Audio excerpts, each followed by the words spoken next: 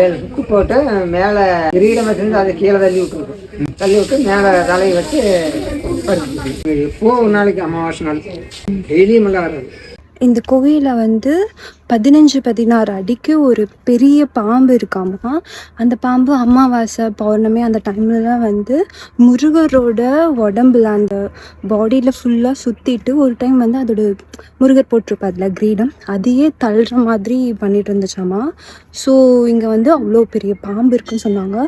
Solo series episode 10 முருகரோட கோயில். 6 படையோட முருகரையும் ஒவ்வொரு தூணில் வச்சுருக்காங்க.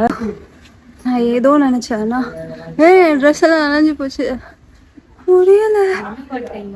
இந்த கோயில் பேர் வந்து நாகமலை. இங்கே வந்து பார்த்திங்கன்னா முருகர் தான் இருக்கார். நீங்கள் வர மாதிரி இருந்தால் வெயில் அடிக்கும் போது வராதிங்க. நான் ஏறி வரும்போது அந்த கஷ்டத்தை பார்த்துருப்பீங்க. அவ்வளோ கஷ்டமாக இருந்துச்சு ஏறி வர்றதுக்கு. மேலே வந்து நான் லிட்ரலி மயக்கம் போடுற அன்கான்ஷியஸ்க்கு போய்ட்டேன், அந்த அளவுக்கு இருந்துச்சு. பட் இங்கே இருக்க வியூவில் சூப்பராக இருக்குது.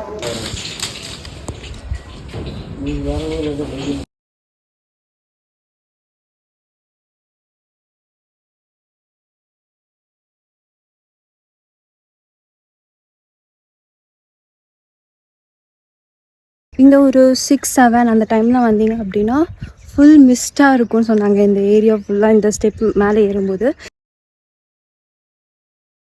இந்த மாதிரி உங்கள் ஊரில் எந்த கோயில் ஃபேமஸ் அப்படின்னு சொன்னிங்கன்னா கண்டிப்பாக அதையும் நம்ம சேனலில் சோலோ விலாக் போடுவேன்.